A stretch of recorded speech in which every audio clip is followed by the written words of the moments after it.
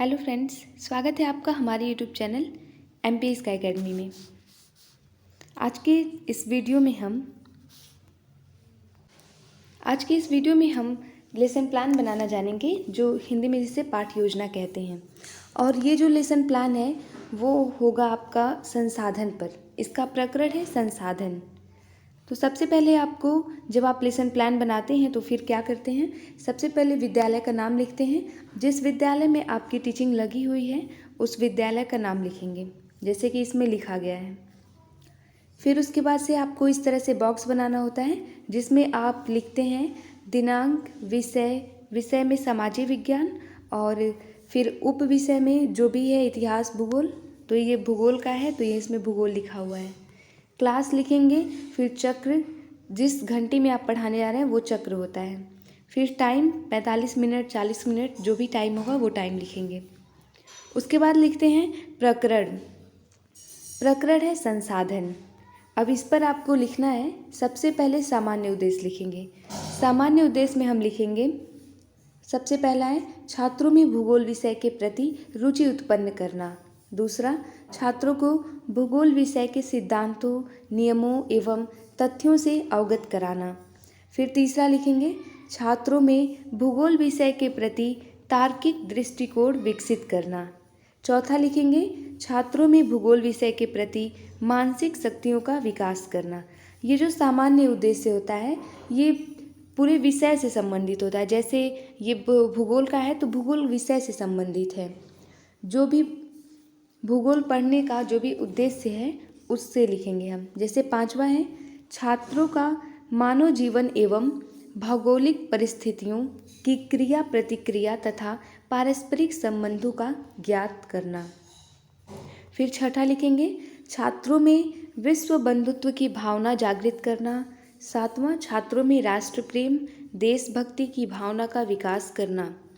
फिर इसी तरीके से हम लिखेंगे आठवां जो है उसमें लिखेंगे छात्रों में आदर्श नागरिक गुणों का विकास करना। इस तरीके से हम लिख देंगे। फिर 9th नंबर पर लिखेंगे हम छात्रों में वसुधैव कुटुंबकम, विश्व शांति एवं लोक कल्याण की भावना का विकास करना। सामान्य उद्देश्य लिखने के बाद आपका नेक्स्ट आता है विशिष्ट उद्देश्य। विशिष्ट उद्देश्य जो होता है वो प्रकरण विशेष से संबंधित होता है। जैसे ये प्रकरण हम लिए हैं संसाधन, तो संसाधन को पढ़ाने के बाद बच्चे जो सीखेंगे वो हम लिखेंगे इसमें। ज्ञानात्मक उद्देश्य, बोधात्मक उद्देश्य और प्रयोगात्मक उद्देश्य, इस तरह से आप पहले लिखेंगे हेडिंग में। और फिर ज्ञानात्मक उद्देश्य के अंतर्गत लिखेंगे पहला, छात्र संसाधन के अर्थ को परिभाषित कर सकेंगे। जो ज्ञानात्मक उद्देश्य होता है उसमें बच्चे एज इट इज़ चीज़ों को जान लेते हैं, तो वो ज्ञानात्मक उद्देश्य में हम लिखते हैं। दूसरा है छात्र संसाधन के प्रकारों को परिभाषित कर सकेंगे। इसमें बच्चे सामान्यतः अर्थ बता लेते हैं, परिभाषा बता लेते हैं, तो वो ज्ञानात्मक उद्देश्य होता है। दूसरा है बोधात्मक उद्देश्य। इसमें लिखेंगे छात्र संसाधन के प्रकारों की तुलना कर सकेंगे। दूसरा, छात्र प्राकृतिक संसाधन तथा मानव निर्मित संसाधन में अंतर स्पष्ट कर सकेंगे। जो बोधात्मक उद्देश्य होता है उसमें बच्चे प्रकार बता लेते हैं, तुलना कर सकते हैं दो, जैसे प्राकृतिक संसाधन और मानव निर्मित संसाधन के बीच अंतर स्पष्ट कर लेते हैं। फिर तीसरा है प्रयोगात्मक उद्देश्य। प्रयोगात्मक उद्देश्य में लिखेंगे पहला, छात्र संसाधनों का अपने दैनिक जीवन में प्रयोग कर सकेंगे। फिर उसके बाद से है छात्र संसाधनों के स्रोतों का पता लगाकर उनका उपयोग व संरक्षण कर सकेंगे। फिर उसके बाद से है तीसरा, छात्र प्राकृतिक संसाधन जैसे जल, खनिज पदार्थ आदि का संरक्षण कर सकेंगे। उसके बाद नेक्स्ट हम लिखेंगे सहायक सामग्री। जो भी सहायक सामग्री लगेगा पढ़ाने के लिए वो सब इसमें लिखेंगे, जैसे चॉक, डस्टर। फिर कोई अगर आप इलेक्ट्रिक उपकरण लेके जाते हैं तो वो लिखेंगे। लपेट श्याम पट्ट लिखेंगे। फिर जो भी आप चार्ट लेकर के जाएंगे, जैसे इसमें लेकर के गया है कि कार निर्मित चार्ट आदि, तो ये सब लिखेंगे। फिर आप लिखेंगे नेक्स्ट पूर्व ज्ञान। पूर्व ज्ञान जो बच्चों को पहले से जो ज्ञान है वो इसमें आप लिखेंगे। जैसे छात्र जल, नल, साइकिल, विद्यालय, अस्पताल आदि की सामान्य जानकारी रखते हैं, वो इसमें आप मेंशन कर देंगे। फिर नेक्स्ट लिखेंगे प्रस्तावना प्रश्न। प्रस्तावना प्रश्न में आपको इस तरह से बॉक्स बना लेना है और बॉक्स बनाने के बाद ये लिखना है क्रमांक, छात्राध्यापक कथन और छात्र कथन। उसके बाद इसमें जो आपको पता होगा कि 3 से 5 प्रश्न पूछा जाता है और 3 से 5 प्रश्न के पूछने में ही आपको अपना जो प्रकरण है, जैसे इसका प्रकरण संसाधन है तो वो निकलवा लेना है बच्चों से। 3 से 5 प्रश्न में ही समस्यात्मक प्रश्न ला देना है बच्चों के लिए। जैसे कि इसमें पहला है पृथ्वी पर सबसे बुद्धिमान जीव या प्राणी कौन है? बच्चे बताएंगे मानव। दूसरा है मानव अपने आसपास और घर के नज़दीक किन वस्तुओं को देखता है? तो इसमें बच्चे बताएंगे कि पेड़ पौधे, पेन, किताब, साइकिल, मेज, इलेक्ट्रिक उपकरण आदि। तो बच्चे जो भी बताएंगे वो आप इसमें मेंशन करेंगे। फिर तीसरा प्रश्न है मानव के लिए ये वस्तुएं जैसे किताब, पेन, साइकिल आदि ये क्या कहलाती हैं? तो बच्चे बताएंगे ये हमारे लिए उपयोगी वस्तुएं कहलाती हैं। फिर चौथा प्रश्न आपको पूछना है कि मानव द्वारा उपयोग में लाई गई वस्तुएं क्या कहलाती हैं? अब आप पूछेंगे कि ये जो उपयोग में लाई गई वस्तुएं होती हैं उन्हें क्या कहते हैं? तो बच्चे बताएंगे बच्चे बता ही नहीं पाएंगे तो उनके लिए ये समस्यात्मक प्रश्न हो जाएगा। यहीं पर आपका प्रकरण निकल जाएगा। तो जब प्रकरण निकल जाता है तो हम उद्देश्य कथन करते हैं। उद्देश्य कथन में आपको लिखना होता है बच्चों आज हम लोग संसाधन व उसके प्रकारों का विस्तृत अध्ययन करेंगे। इस तरीके से आप लिख देंगे। अब नेक्स्ट है प्रस्तुतिकरण। प्रस्तुतिकरण में आपको लिखना होता है शिक्षण बिंदु, छात्राध्यापक कथन, छात्र कथन। तो शिक्षण बिंदु जैसे कि आप अब संसाधन के अंतर्गत बहुत सारे बिंदुओं को आप पढ़ाएंगे तो वही जो बिंदु आप पढ़ाएंगे उसे शिक्षण बिंदु कहते हैं। जैसे सबसे पहले आपको इसमें प्रश्न पूछना है। प्रश्न में आप पूछेंगे विकासात्मक प्रश्न। विकासात्मक प्रश्न के अंतर्गत पूछेंगे आप पढ़ने के लिए कहाँ जाते हैं? बच्चे बताएंगे विद्यालय जाते हैं, कोचिंग जाते हैं। फिर आपको पूछना होगा आप अपने घर से विद्यालय जाते समय किन किन चीज़ों को देखते हैं? बच्चे बताते जाएंगे कि जो देखते हैं जल, नल, पेड़ पौधे, मोटरसाइकिल, कार, बस आदि। फिर तीसरा प्रश्न पूछना है जल, नल, पेड़ पौधे, बस, कार ये सब क्या हैं? बच्चे बताएंगे उपयोगी वस्तुएं। फिर आपको पूछना है इन उपयोगी वस्तुओं जैसे कि जल, नल, पेड़ पौधे ये सब को भूगोल की भाषा में क्या कहा जाता है? तो भूगोल की भाषा में बच्चे नहीं बता पाएंगे, वही समस्यात्मक है।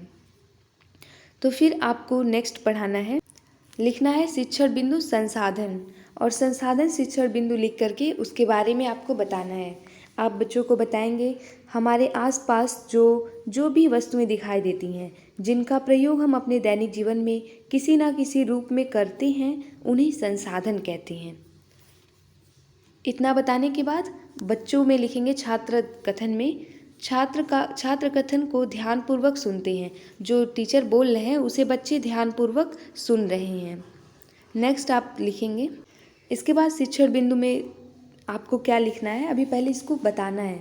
छात्राध्यापक कथन में अर्थात हम कह सकते हैं कि एक वस्तु या पदार्थ जिसकी उपयोगिता हो संसाधन कहलाती है। कोई भी वस्तु है जिसकी उपयोगिता है तो वो संसाधन कहलाती है।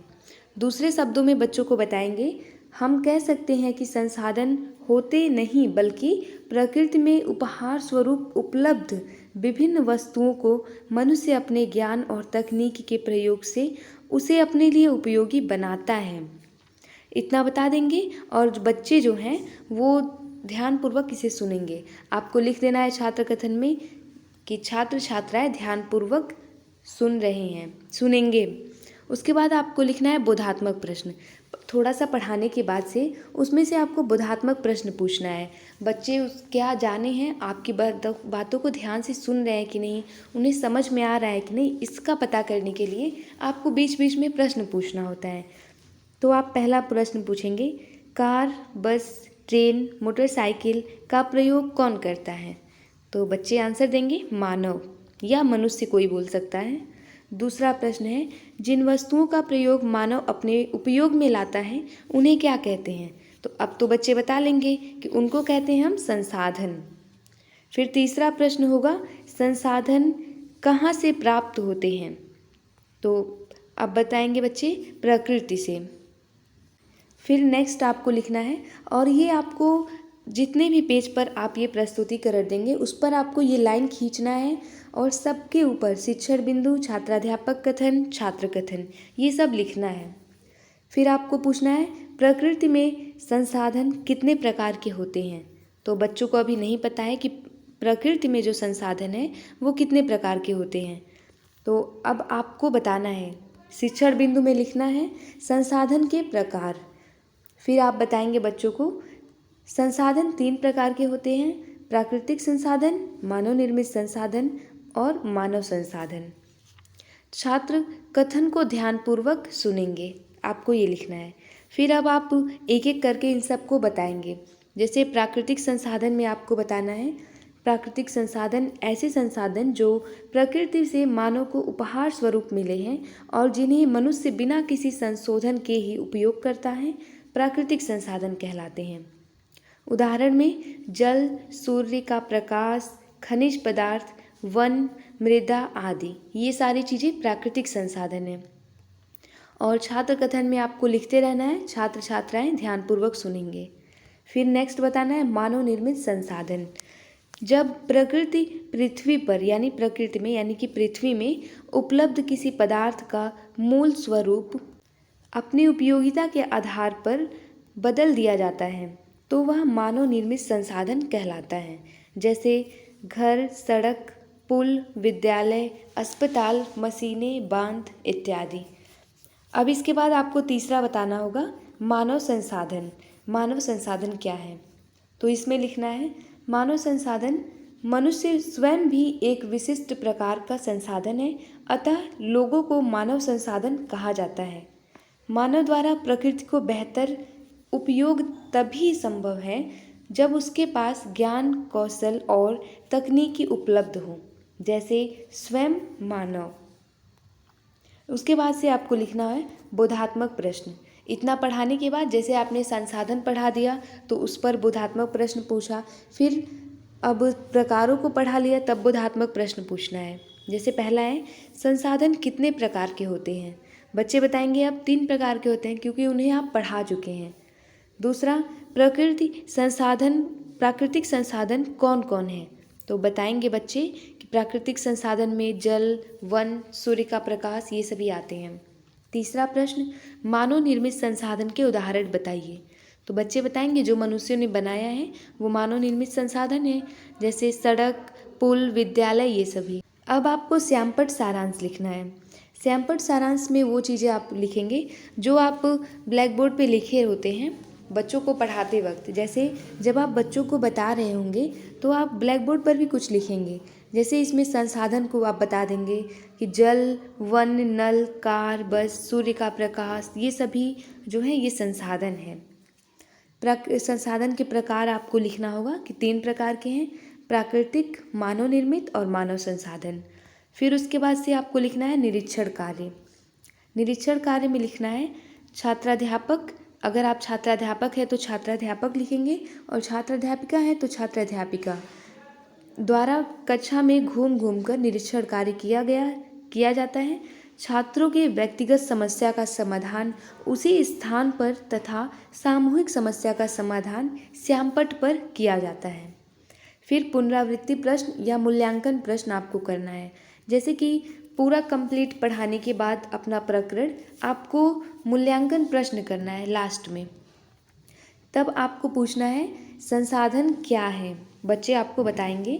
दूसरा, संसाधन कितने प्रकार के होते हैं। तीसरा है प्राकृतिक संसाधन तथा मानव निर्मित संसाधन में अंतर बताइए। और सबसे लास्ट में आपको लिखना है गृह कार्य। गृह कार्य में आपको लिखना है सभी छात्र प्राकृतिक संसाधन, मानव निर्मित संसाधन तथा मानव संसाधन के उदाहरण लिख कर लाएंगे। ये आपको होमवर्क देना है बच्चों को। फिर ये जो लेसन प्लान है जब आप ये पढ़ा लेते हैं पूरा, तो पढ़ाते टाइम ही आपके जो टीचर होते हैं सब्जेक्ट टीचर, वो आपको एनालाइज करते हैं। वो लोग पीछे आकर के क्लास में बैठ जाते हैं या फिर देखते हैं कि आपने क्या पढ़ाया, कैसा पढ़ाया, और फिर वो अपना फीडबैक इस पर लिख देते हैं। जैसे कि इस पर अपना फीडबैक टीचर ने दिया हुआ है। पहला है, श्यामपट्ट लेख में सुधार करें। राइटिंग अच्छी नहीं है, इस वजह से श्यामपट्ट लेख जो है उसमें सुधार करना है। कक्षा में अधिक चहल कदम मीन्स कि ज़्यादा शोर ना हो, ज़्यादातर इधर उधर नहीं घूमना है। फिर विषय प्लान को अच्छी से तैयार करें, जो आप पढ़ा रहे हैं उसे बहुत ही अच्छे से तैयार करें। आत्मविश्वास के साथ शिक्षण कार्य करें, यानी कि अपने ऊपर कॉन्फिडेंस ला करके उसके बाद से पढ़ाएं। तो इस तरीके से सब आपको पढ़ाना है। लेसन प्लान इस तरह से बनता है। इस तरीके से आप भूगोल का बना सकते हैं लेसन प्लान। और उसके बाद से आप हमारे YouTube channel MP sky academy पर जा कर के देख सकते हैं, जिसमें और भी सब्जेक्ट के पढ़े हुए हैं, जैसे कि हिस्ट्री हो गया, सिविक्स हो गया। इन सब के लेसन प्लान हमारे यूट्यूब चैनल पर पढ़ा हुआ है। आप वहाँ से जा कर के लेसन प्लान बना सकते हैं। Thank you.